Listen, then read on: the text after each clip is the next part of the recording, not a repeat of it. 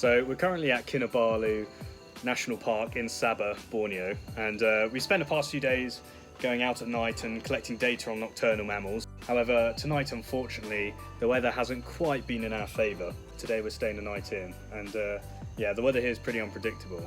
However, just behind me, I found something that might be of interest to you guys. So here he is there, and they can sense body heat and breathing out CO2. So what happens when I breathe on him? See, look at that, he's going crazy, feeling around, trying to see where I am.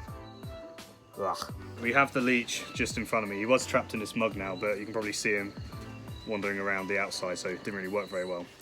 So I'm going to let this leech bite me. I'll probably sacrifice one of my legs, so I don't really want him on my arms. You see here the posterior sucker, which it uses to hold on to branches. Then you have the anterior sucker, which is where the mouth is.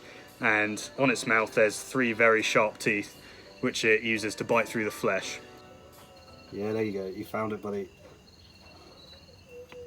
Already quite eager, trying to bite the way through.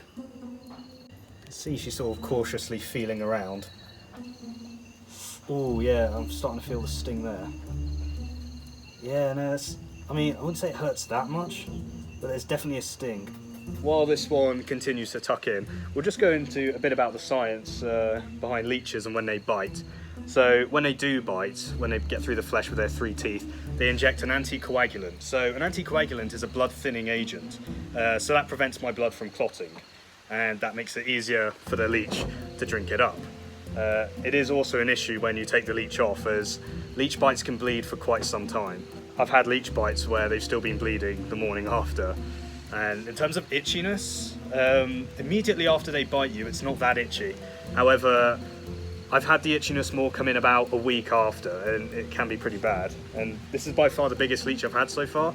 So yeah, we'll see how it goes. I don't know how much blood will come out. I don't know how itchy the bite will be. So you guys are probably wondering why on earth I'm letting a leech bite me. And to be honest, first of all, it gives you a chance to see how leeches actually work, what their biting's like, whether it hurts, and also when the leech eventually lets go, we can see how we deal with a leech bite wound and how to remove one. Secondly, I'm not really risking anything. Now, they do take more blood than other typical parasites like mosquitoes, but they also, as far as I know, don't transmit any diseases. So mosquitoes are known for malaria, dengue fever, whereas leeches, they're perfectly clean.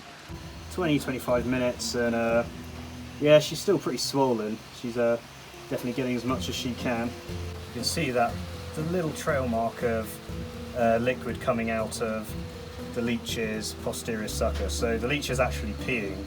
So when it sucks my blood, it wants to remove as much of the water as it can, so it can hold onto the more nutritional blood. When sped up, you can see the fascinating muscular contractions going on through the leech. I'm not actually feeling too much. It tickles a little bit, I guess. I mean, occasionally there's some like very gentle stinging, but other than that, it doesn't really hurt at all. You can tell when they're getting absolutely engorged, because it started falling to the side now. She's starting to get really full up, to the point where she can't physically hold herself up. Barely holding on now. I mean, look at all that water she's expelled. Okay, she's let go. Oh, and she's rolled off. So they'll use gravity to help them escape. Look at that, she's so engorged she can barely move.